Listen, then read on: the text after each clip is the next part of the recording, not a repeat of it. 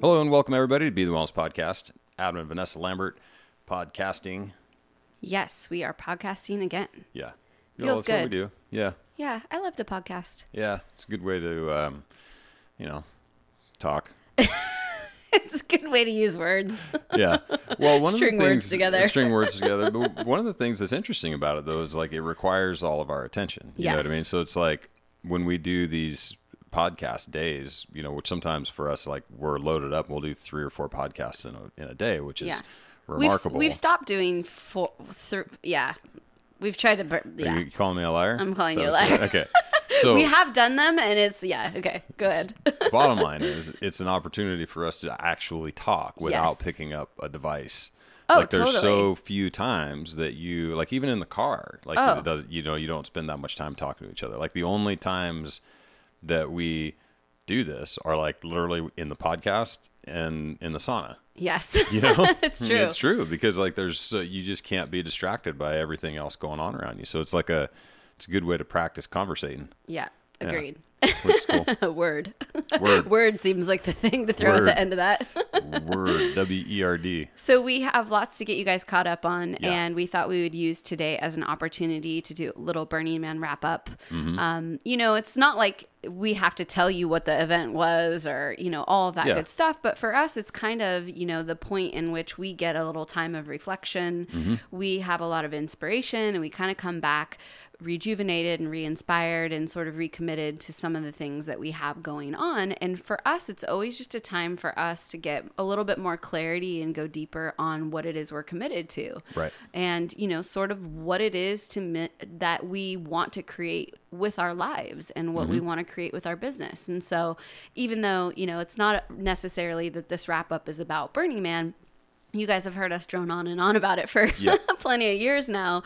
But it's more about, kind of the inspiration that we're coming back with and sort of the clarity that we're getting from that event. Right. Yeah, because it gives you space. I mean, believe it or not, it's like it seems like the least likely space to gain clarity on anything because it's so busy and there's so much stimulus and there's so much stuff going on. But I think for me anyway, like the way that the way that it sort of creates space for clarity in things outside Burning Man is by like completely occupying every aspect of your being with something totally different. And so it's like it's almost like it lets your subconscious sort the files. Right. It's like it gets caught up because you're not, like with the entrepreneurial stuff and dealing with business and all of the various things. And it's the same probably with everything. Each day is a new opportunity for you to like iterate on some idea. And it constantly changes and it constantly keeps it on like top of mind, so to speak, right. And it never really gets a chance to sort of sink in. And in Burning Man, it's like an opportunity for all that stuff to get filed. Right. And right. you're like, okay, this is how all of this is. And now I can think about something from a completely fresh perspective because you're like opening the vault again and going back in and looking instead of it all just being swirling around, Yeah. Well, and you give yourself total permission to not have to be in work mode or creation mode or whatever. Like you actually give yourself permission because there isn't internet, there isn't phone, there isn't any of those things. So you go into it knowing like, okay, I have to let go. There's nothing I can really accomplish. If something goes wrong, like there's a total surrender and trust to like, all right, well, if something happens out there, there's nothing I can really do. You set everything up as well as you can going into it. You have all your ducks in a row. You create as many, safety nets as you can. But then once you're there, you really have to just go, okay, I'm here. I'm committed to this experience and I'm present for it. Right. And I think that it's a stark contrast to the way that our life typically operates, which is that everything is on our plate all at once, all the time. Right. And this is actually, there's nothing on your plate except for whatever you want to be on your plate in this moment. And that could be giant elephants, mechanical elephants. It could be freaking hand-beaded dinosaurs. Yeah. Believe it or not. Yeah. I don't even know if that makes sense, but it doesn't make sense. But we could just quickly tell you there was an amazing art installation of a replica of a dinosaur that was recently discovered, actually, by one of our friend's cousins in Mexico City. He's a top paleontologist out of Mexico City, and they made a replica of the dinosaur, and then they put hand beating. It took 50 workers 6 months to do the hand beating on this dinosaur. Yeah. It was absolutely incredible. Yeah. Yeah, it was pretty cool. I think you can find it at iChiro, Chiro dinosaur or dino, iChiro dino or something on Instagram if you want to check it out. But, the point is that, you're actually present in your life and you're able to just really be with whatever is at hand. And typically that's some kind of entertainment, whether in the form of an art sculpture, or your friends, or what else, a band playing, watching a DJ, like it's just, you're really truly present in the moment. Yeah. It's true. So to put a button on that, what was your one moment? Like, what was Oh, well, no, I definitely moment. know that there's a couple moments, but there was one day in particular and one evening in particular that was definitely like the moment or the night or the experience for me. And it was actually, we'd been out all day. We'd had an amazing day, but we were all back at the camp. And usually Katie and Glenn and Adam and I we're facing each other in our trailers. And then in between our trailers, we always make up a little like common area. And Glenn brings a couple fire pits, and we end up just having our own little like chill session in between our trailers. And there was a particular night where we all came back and we were hanging out outside. And it was a little cold, so the fireplaces were warming us. And it was just the wind and just the magic, and then looking around and seeing all of our friends there and just experiencing that. And just, I don't know, there was just a moment there where I was just so grateful for the experience of life. Just like the beauty and the uniqueness of like life itself. Right. And it was just with the wind blowing and with the fire, like the light was so beautiful from the flicker of the fire, and just seeing everyone's faces, and everyone was just like a warm glow washing over them, and everyone just looked so beautiful and colorful, and they, in their costumes and all of those things. And I just had this moment of total gratitude and appreciation for the miraculousness that is life. That's cool. Yeah. Yeah. How about you? Dude, the 747 laser light thing was that was pretty awesome. It was just like, okay, so here's what went down. There's a 747 jet minus like half of its wings because the wing, because the entire freaking thing, the whole thing, right? Yes. And those things are remarkably big. Like when huge. you see them at the airport and you're like, wow, that's a big plane. But then when you're like up close to one, you're like, Jesus, these things are massive. Yeah. So there's a 747 that made it out there this year and was drug out into deep playa, and it had a sound system on it and it was playing music. And we went out there about sunset or maybe just after sunset just to kind of check it out and see. You're like, wow, this thing's here. And they were playing music and it was like fine. And we were all just kind of hanging out. And then this art car that's basically a Gothic cathedral. Mm-hmm. And I mean, ridiculously intricate, ornate, just beautiful Gothic cathedral. I think it was called Sanctuary is what they call the car. I think so, yeah. And it pulls up adjacent, so it's parallel to the 747, probably about 300 feet away, and starts projecting lasers on the side of the 747. So I mean, you can imagine that's a massive white sort of, projector screen for them to project on. And so they were projecting like just these sort of weird shapes and kind of this, and we were like, oh, that's kind of cool. And then at one point, like right after the sun completely set, they killed the music coming from the 747, and the laser show started for real in earnest from the cathedral or the Sanctuary car. And they played the entire Dark Side of the Moon album. Yeah. With a laser show that went along with it. Like, yes, full animation laser with Pink Floyd out there in the desert. It was just like such a classic moment of like people this is would Burning Man. This is such a Burning Man type moment, It was just like that would be a thing in LA that people would sell tickets to, and people would be like, oh my God, that's amazing. And thousands of people would show up in a particular place at a particular time to see this show. Right. And this is something that you just happen across. Yes. When everything lines up at Burning Man, you're like, what in the fuck is going on around here? Like, what a ridiculous moment. Yeah. So that was just kind of No, it was the intersection, the delta of all the weird things Yes. that can go on out there. Yeah, it's so true. Because it's like even just the light show by itself, had it been on a wall somewhere with the dark side of the moon playing, you'd be like, this is really cool. Yeah. And then you would just be like, oh my gosh, this is in the middle of the desert on the side of a 747. Yes. Like, what life are we living right now? What is even going on here? Yeah, so that was pretty cool. Yeah, that was really cool.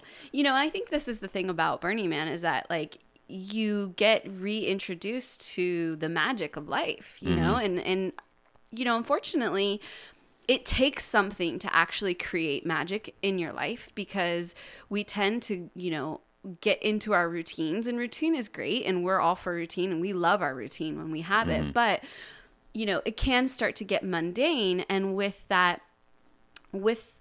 feeling of repetitiveness, sometimes you stop being in the magic of what's possible in life. And I think that that's really for us what Burning Man is all about, is like remembering the magic, the specialness, and like the creativity. And, you know, it's a little bit less about like so if you think about our 4 pillars, which are like sleep and nutrition and movement and mindset. Those are like the 4 main pillars that, like, if we were just going to say to someone, these are the main things you really need to focus on.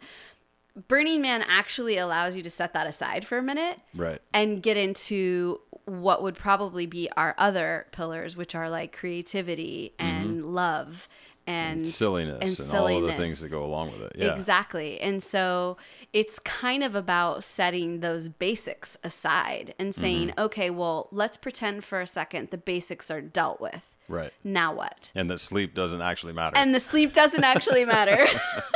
Now what can you do? What can you create? And that is honestly for us, like, that's why we included those pillars in like the 7 or the 8 key habits of success, because we really recognize how important those are to the magic of life. Yeah. And the magic of life is what keeps you in love with it and inspired and happy. Yeah.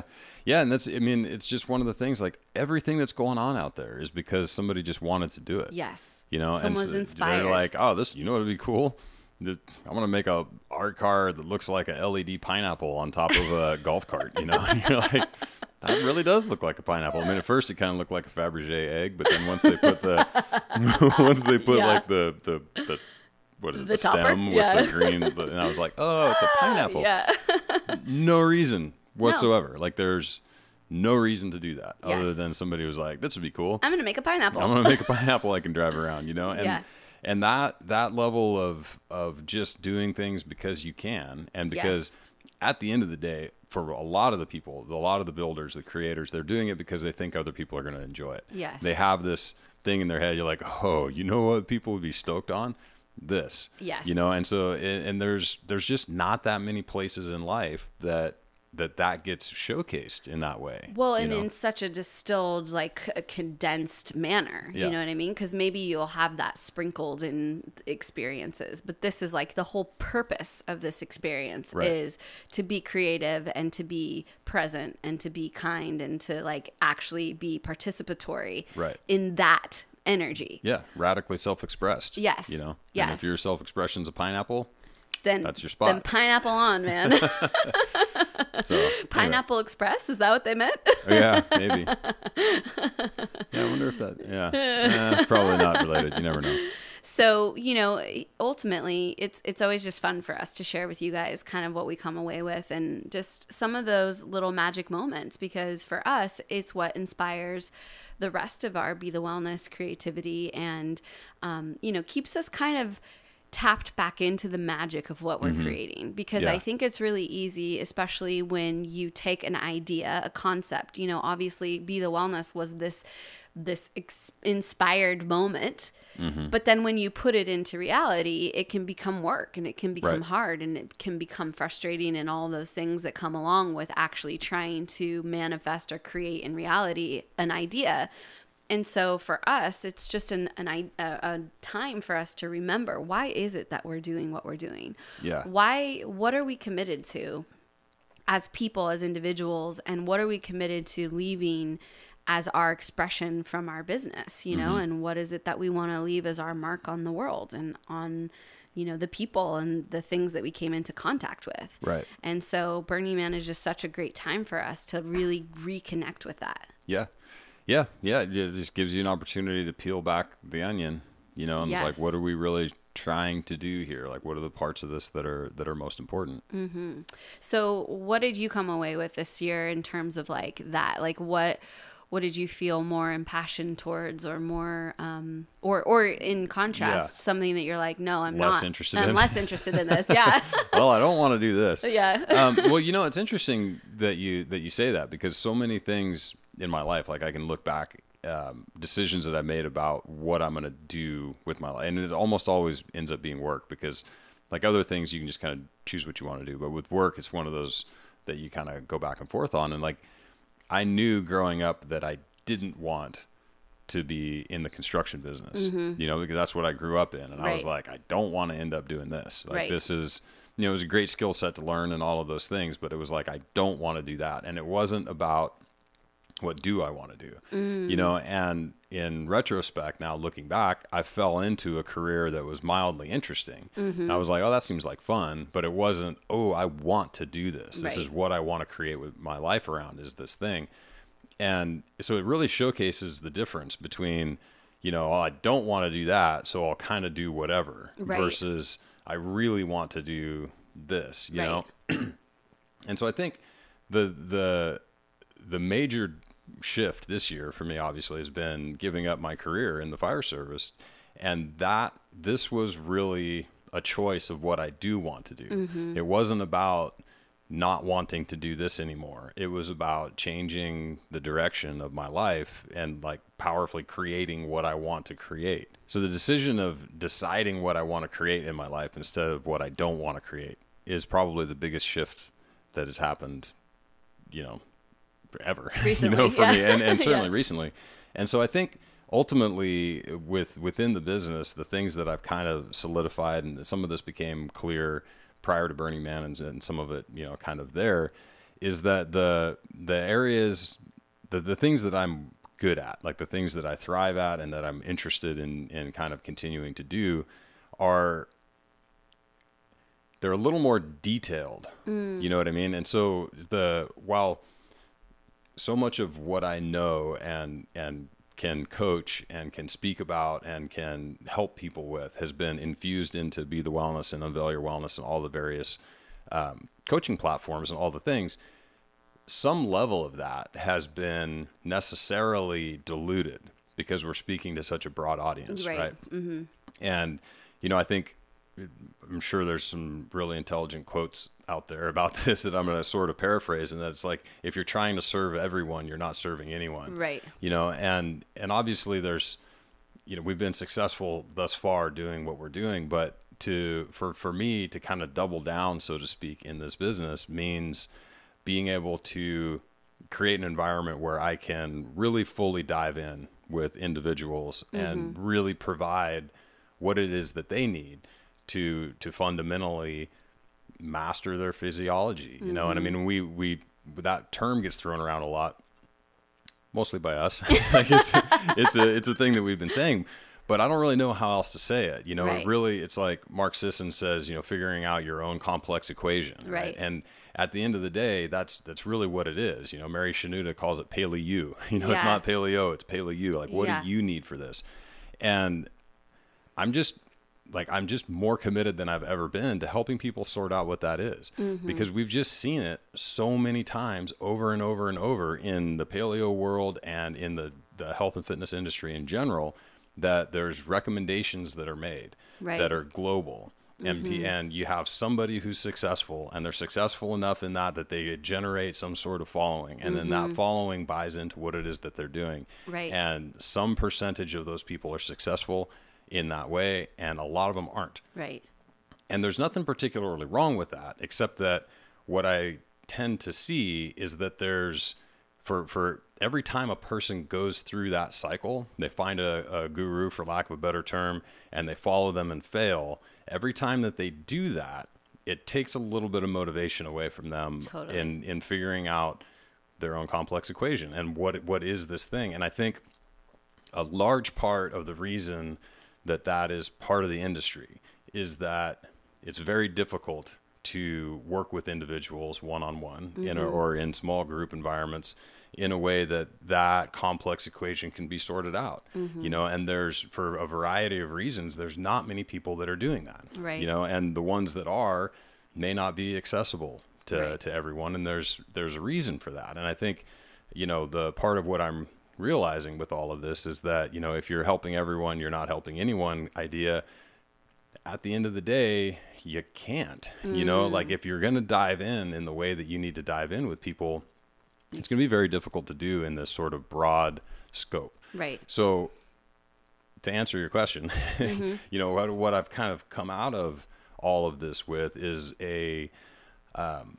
just sort of, it's firmed up my position on something that I've been working on for a while, which is this masterclass idea, this idea of intensive deep dives into people's, the kind of the aspects of their lives that fundamentally have to change if they want to see, results. Right. And so there's this nutrition piece of it, and there's this mobility and movement piece of it that,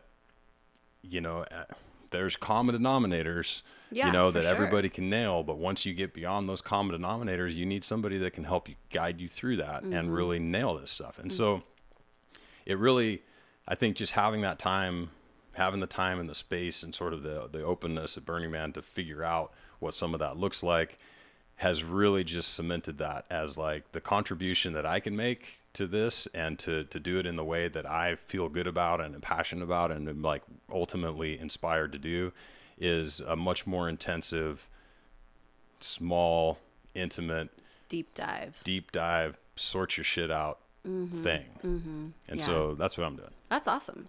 Yeah. Yeah. No, that's amazing. And I think I think it's so interesting. I feel like luckily for us, we're usually on the same page with this stuff in terms of our business, because there are waves. Like last year was really about creating a bunch of offerings. We wanted to have the handstand challenge and the booty challenge and the this challenge and the that challenge. And it's awesome. It's super cool because we have them out there and people can use them and benefit from them.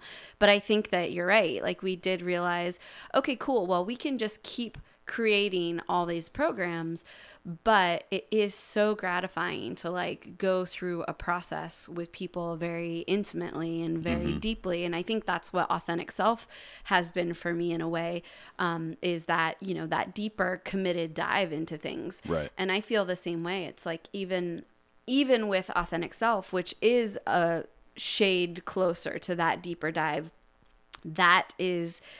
there's an even deeper layer that you can go. And I think that for you and I, especially having done our retreats and really understanding the magic that is being with people, being together with them in body and time and like actual committed energy, how powerful and amazing that is. I think that that's like really coming to the forefront for both of us, and just feeling like, again, I can't help everyone. And I think there was a sense where I wanted, everyone always calls me the master convincer, and I talk everyone into everything, and I'm like, oh, she'll talk you into it or whatever. I think I'm really growing tired of that role. Like, I don't want to talk people. It's tiresome. I don't want to talk people into anything anymore. I'm like, oh, no, if you don't want to do that, you're not ready.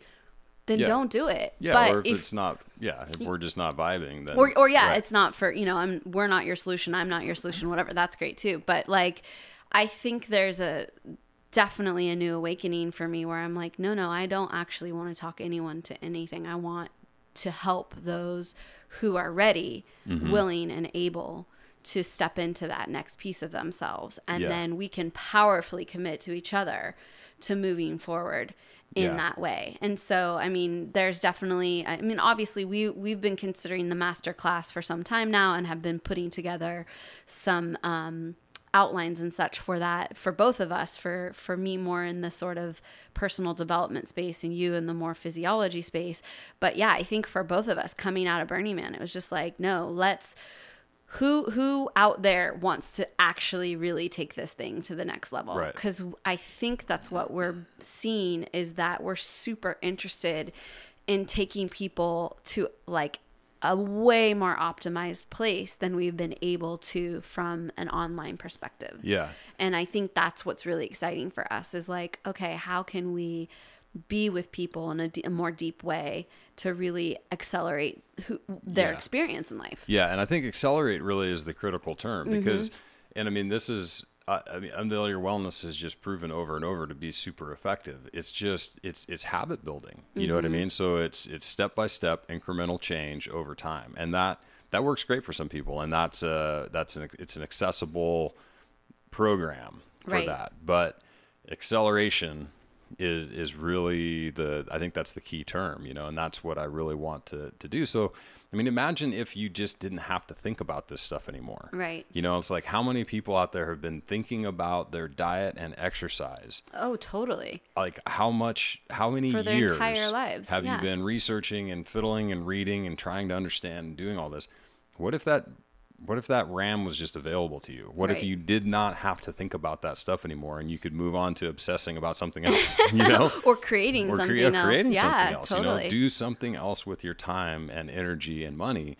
Just get this figured out, you know? And I recently did a nutrition intensive with a client. It was about 8 hours in person, soup to nuts, you know, top to bottom through the whole thing, cooking and the whole 9 yards. And what I really realized in that, in doing that intensive was that the questions, the problems that I thought needed to be solved going into that experience were not the problems that needed to be solved, you know, and it just really cements this idea that everybody has their own unique set of problems and set of sort of tools for understanding how this stuff works, you know, and it would have taken, in this particular instance, I don't know how this could have been communicated to this client. That, you know, that she doesn't have the time to dedicate to reading all of the books and doing all of the things and doing all the N=1 experiments to figure out what needs to be done. And at the end of the day, you need somebody that can walk you through that, and totally. It can be done. Yeah, you know, it can absolutely be done, and you're on this accelerated path to solving these problems for yourself, you know? Yeah, absolutely. Yeah. Well, and I think that that's really when you zoom out what people want. I mean, you see it all the time where it's like, just tell me what to do.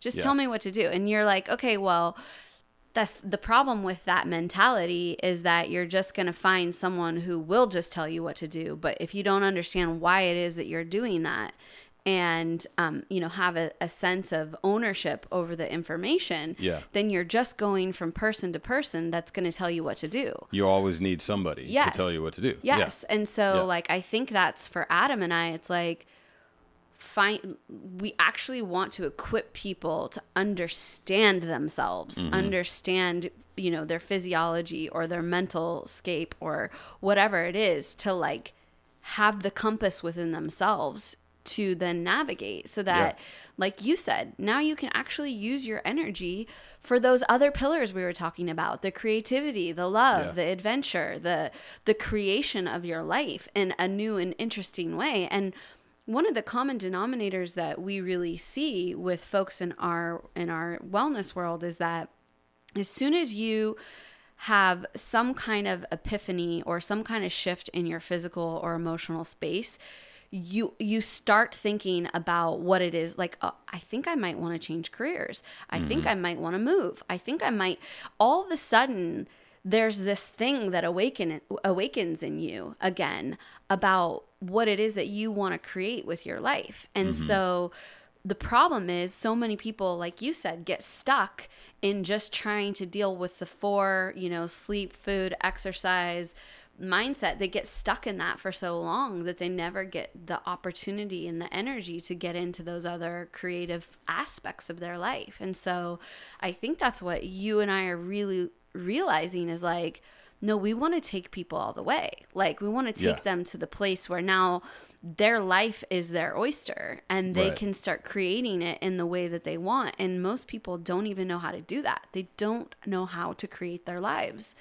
And it's because they just don't have these primary things mastered about themselves. Right. So, yeah, it's really exciting because I think, you know, and I even wrote this on Instagram, it's like letting go of the idea that we can help everybody, but being even more committed than ever to helping those we can, and to really seeing them through this spectacular experience of life. Yeah. And that is really exciting. Yeah. Yeah. It's super exciting. Yeah. I mean, and it's, people don't even know how exciting it is. Yeah. Yeah. Yeah. So it's cool, and it's always just refining, I mean, that's just, I think fundamentally that's what life is. It's iteration. Yes. You just keep kind of whittling away at this and moving this and, chipping away at your sculpture, so to speak, Absolutely. Yeah. 100%. So we're really looking forward to announcing some of those new offerings and ideas in the new year, and creating opportunities for those of you out there who are actually really committed to mastering some of this stuff, really mastering pieces of your life. And I think that so many people think they're committed to it, but when it comes right down to it, a lot of us are addicted to the place we're in. And that's fine. I there's like a whole, we could go into like a whole timing and karma and whatever you want to put around when the time is right for you. But a lot of people actually are quite addicted to staying stuck, because what I've realized as a coach is that if you get unstuck, then you actually have to be responsible for yourself. Yeah, totally. And that's terrifying for people. No longer is there a reason or someone else or, my work schedule or my this, that, and the other thing. My genetics. I just can't do this. Yeah. Right. You have to actually you have to take responsibility 100% for the outcome you're creating in your life. And that, for a lot of people, they don't want to do it. Right. They want to stay stuck in their paradigm of helplessness. Right. And I'm not, it sounds pretty bitchy. Yeah, but geez, you're really a bummer. No, I know, but it's true. It's just true. I mean, I think that's really, as a coach, and any coach out there they just know. There's just a certain sect of people who are just unwilling and able mentally and emotionally to take responsibility and ownership for their life yet. And that doesn't mean eventually they might get there. You might have to go through a few more things. You might have to experience a few more things. And then, sometimes it's through hitting rock bottom on something. Sometimes it's through being super inspired. For me, it was a near-death experience. Right. I mean, I can definitely say I was... Good old NDE. Yeah. And honestly, it usually is some kind of, thing that shakes kind of you aha awake. Moment. Yeah. Yeah. But when you have that aha moment and you really are ready to take ownership and responsibility for your life, then I think that that it's such an amazing place to be, because now, even though it's terrifying, there's so much hope there. Yeah. Well, it's the opening of possibility, All possibility. And so it's one of those things you kind of always hope that, or at least I always hope, and it's so hard to talk about this stuff without coming off like a condescending kind of douchebag, Right. So just please trust that that's not the place we're coming from with this, but there's this thing that you just really hope that the people who can't see their way around this stuff are actually happy where they are. Yes. Because there's nothing worse than not being happy, having this glimpse. The intelligence of, having this glimpse or this understanding, but just not being able to, for one reason or another, not having the wherewithal to get around the birth of responsibility fundamentally and realize that you are creating this shitstorm that you're living in, and that if you take responsibility for it, can sort it out, That's a terrible spot to be, where you're just like, oh man, this is all my fault, but I just can't get around it. That would suck. So I really hope that there's this, people are in one spot or another, for people's own sake. Yeah, absolutely. But I think Alan Watts talks about it, right? In one of his talks, poems, whatever. And that guy's such an interesting one of his ramblings. Yeah, one of his ramblings. But it's that idea that, you are the universe. And once you realize that, that's the birth of responsibility. And now you can just let all of the bullshit fall away and own it. Yes. And then what you choose to do with it is yours. It's you. Yeah. But you can stop blaming your circumstances, your parents, your genetics, your environment for your situation. And I mean, obviously all those things are real. I mean, if you're born in the slums of India, your life is different from going paleo there is very different than if you're a super affluent person growing up in, Northern California, where you have access to all the food in the world and all the things. I mean, these are clearly different circumstances, but internally, what you do with your life is, still up to you. Yeah. Well, and I think it's just that spark of realization, recognition, whatever you want to call it, that really does give you like the onus is on you. It really is. And people fill their lives with addiction and all kinds of things to distract themselves from the fact that they are really ultimately responsible for themselves. And they put all this stuff in the way so that they just don't have to stare that in the face. And, I think once you recognize that, like, taking that ownership is actually freedom. Yeah. It's the birth of freedom. Because now you really own the energy and the expression of your life. And that is a very powerful place to be. Yeah. But before that, it's really, you're just stuck in those loops, all those loops you've created for yourself. Totally. Yeah. The thing that I still, I mean, I don't know, struggle is a weird word, but the thing that I still struggle with, whatever, is really this. It's a pretty simple concept of like the difference between being attached to something and being committed to something, because it's like I daydream a lot. Like I think about, oh, what if this was the circumstance, and I would do, and then I just daydream through all of these things, which is cool. I mean, it's, it's an interesting way to let your brain kind of wander. But like the thing that I find myself doing is wandering down this path of, oh, what ifs and wishes. And you become attached to this sort of outcome of like, oh man, it'd be so cool if, da da da da da da da. And I think that there's a hazard in becoming attached to that idea of whatever this outcome is. Let's just say you want to, I don't know, pick something. You want strawberry shortcake to show up at your birthday, and you're like, oh man, that'd be so cool. Choice, by the way. And that's what you came up with. Hey, I'm just trying to broaden the scope here. Yeah. So, and you can daydream and iterate on that, right? And it'd be so cool, and everybody'd think I was so cool at my birthday party because strawberry shortcake showed up, right?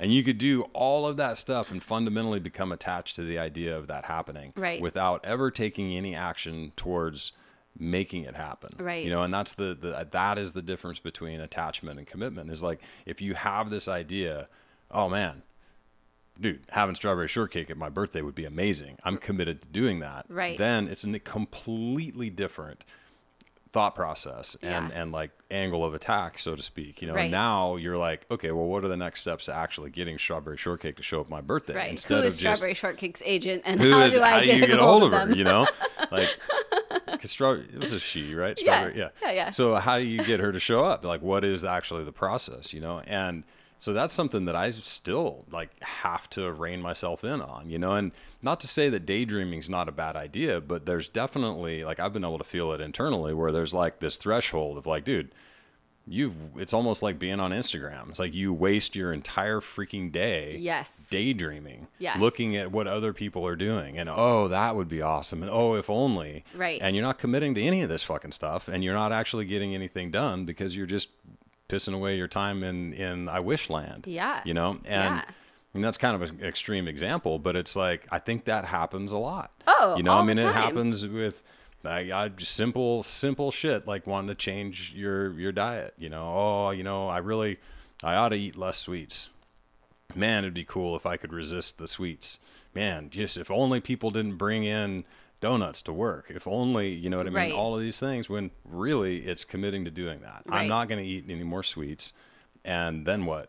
Literally all you have to do is not do it. Every single time. Pick up the donut. Every single time that the opportunity presents itself, you don't do it. Right. And then you don't think about it anymore. Right. That's my commitment. I'm committed to not doing this, and now I'm not going to do it.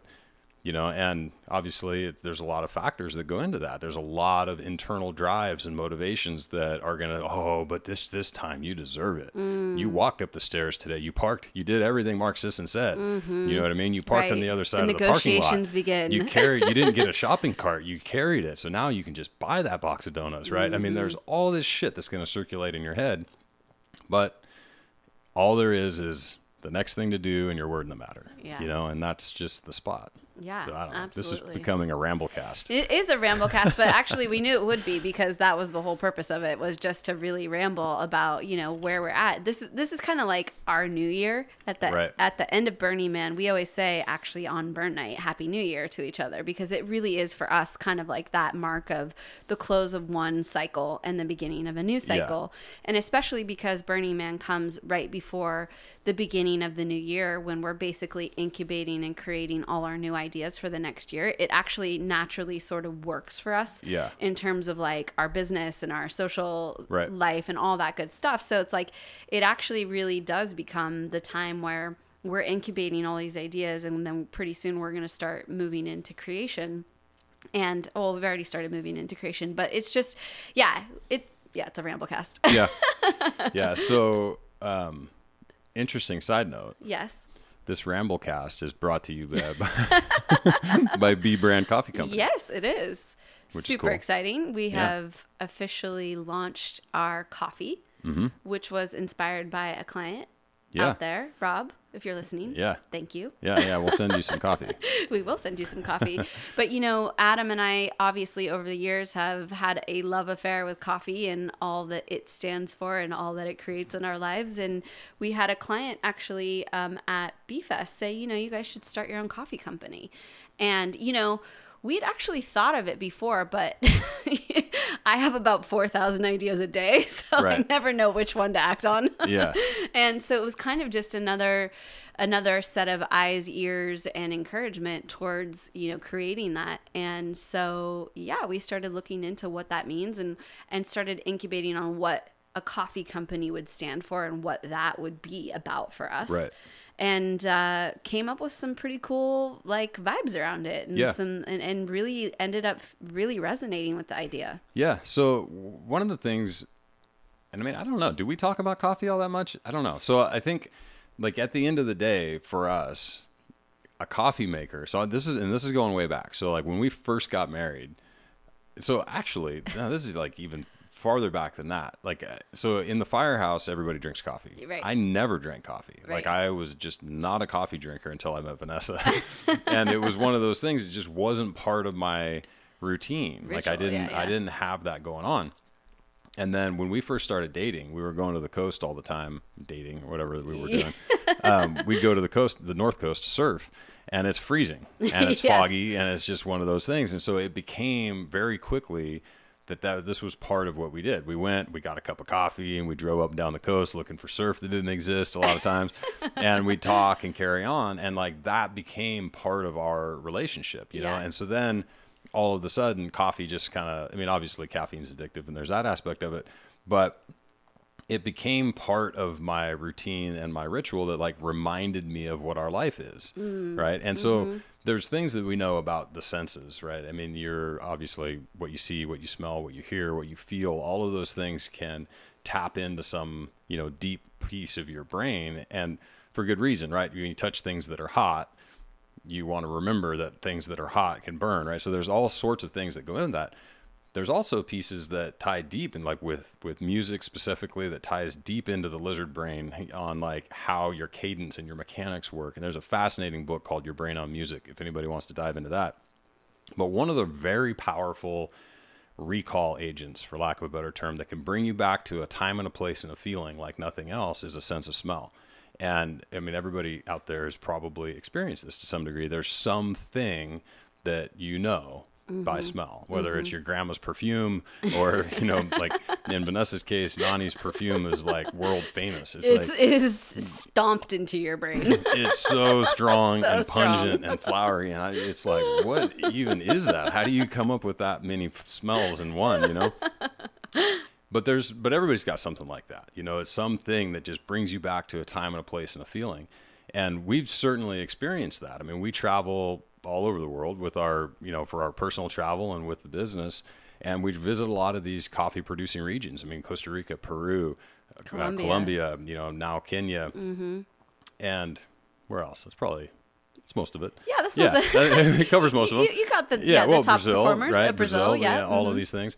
And it's something that we have always taken note of in the places that we are. Like, oh, the coffee here is really good. This cup of coffee is really good. And it's like so when Rob mentioned this stuff, when we were thinking about it, we're like, yeah, you know what? Actually, we do have a coffee thing, you know, and there's something about these places that we go.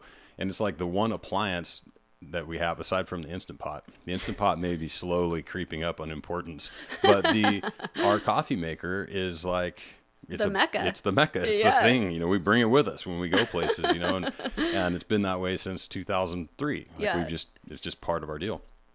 So anyway, we tied this stuff back kind of to this idea of these places that we go and we have these amazing experiences, and Peru is a perfect example. So the Machu Picchu trek, the Salcantay trek to Machu Picchu, is one of the most profound experiences of our lives, one way or the other. I mean, it was just remarkable. And to bring ourselves back to that, to come up with a way to kind of tap back into that, we thought, why not, you know, create this coffee from the region, which obviously grows some fantastic coffee, name it Lodge 2, which was one of the most impactful places on that trip. And now we've got a way for the people that were there and the people that weren't there to tap back into this moment that was fundamentally profound, right? You know? And so the deal with Lodge 2 is that it's the place that you land after cresting 15,100 and some odd feet over Salcantay Pass, right?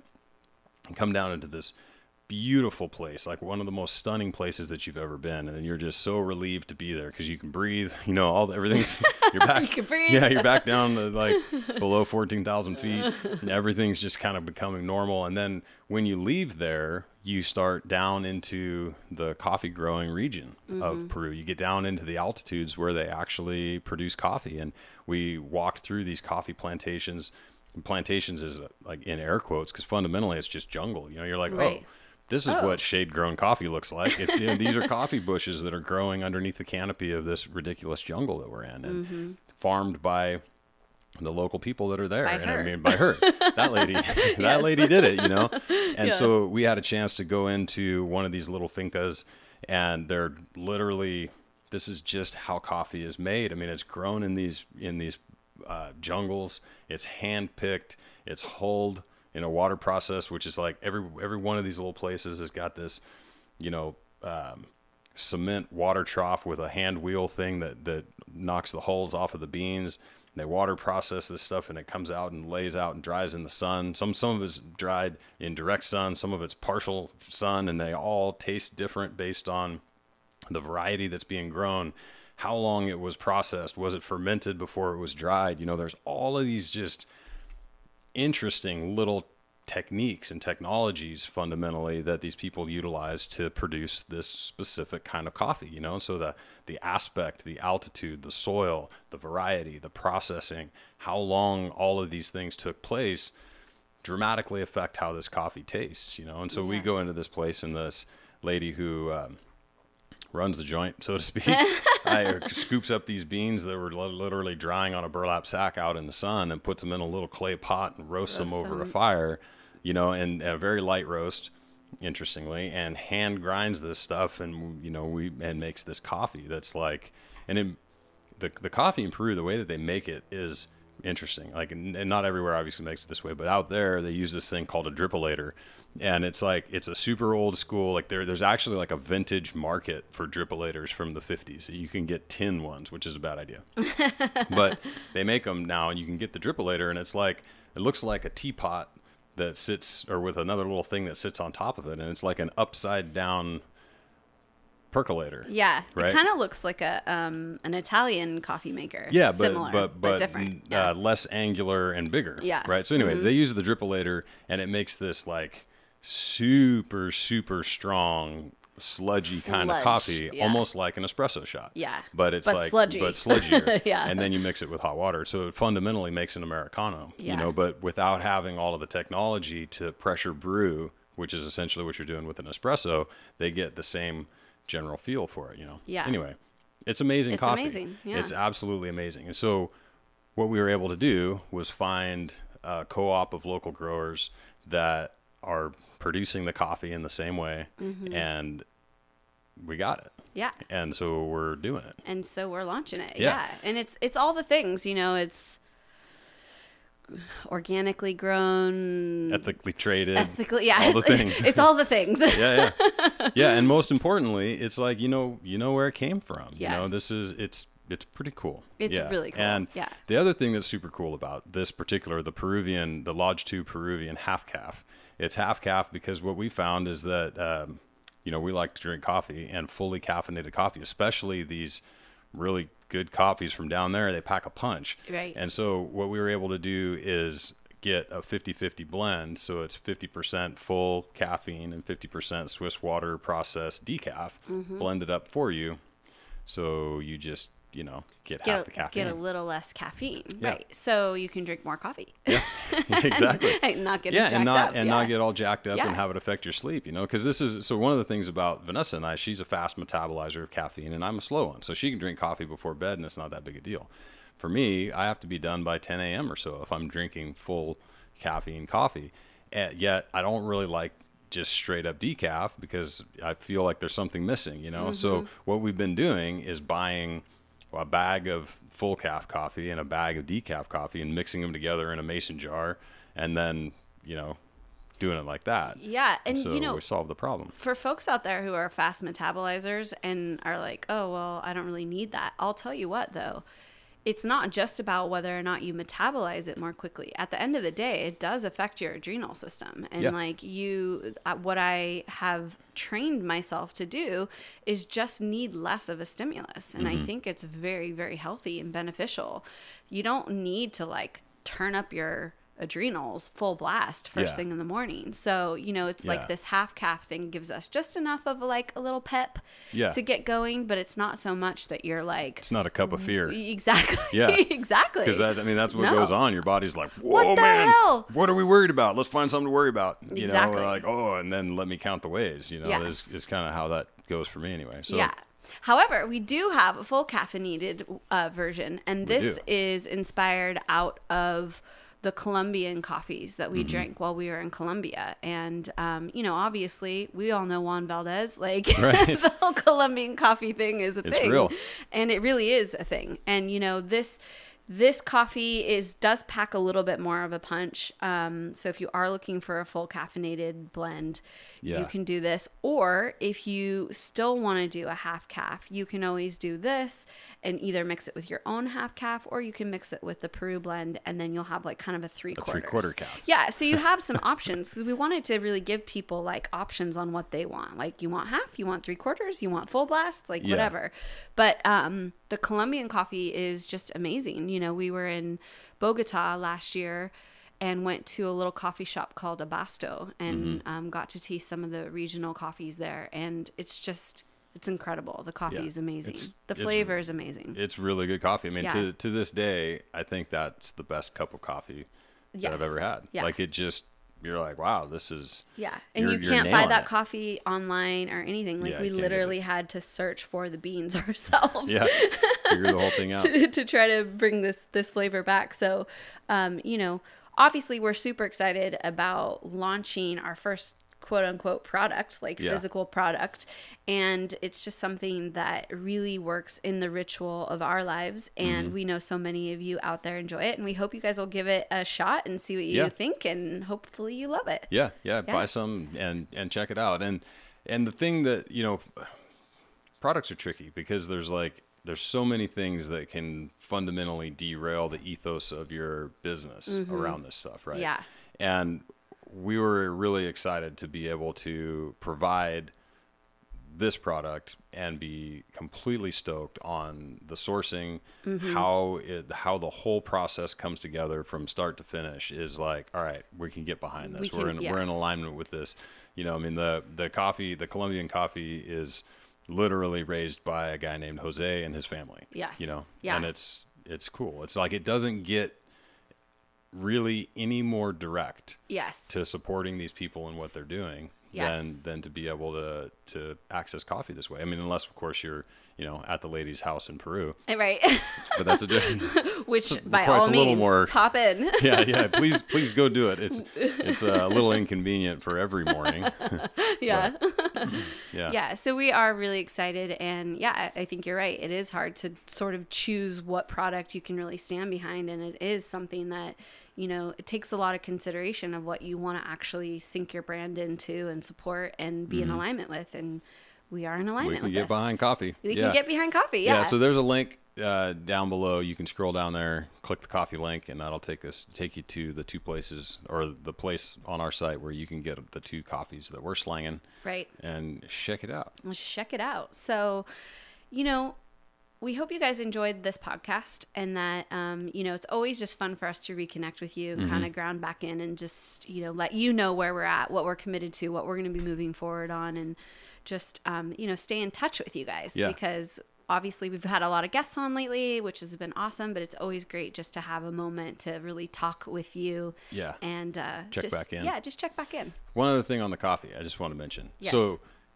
it's grown abroad, but it's roasted locally. Yes. In Southern California. Yes. So what's cool about that is that our roasters roast on Monday, Wednesday, and Friday.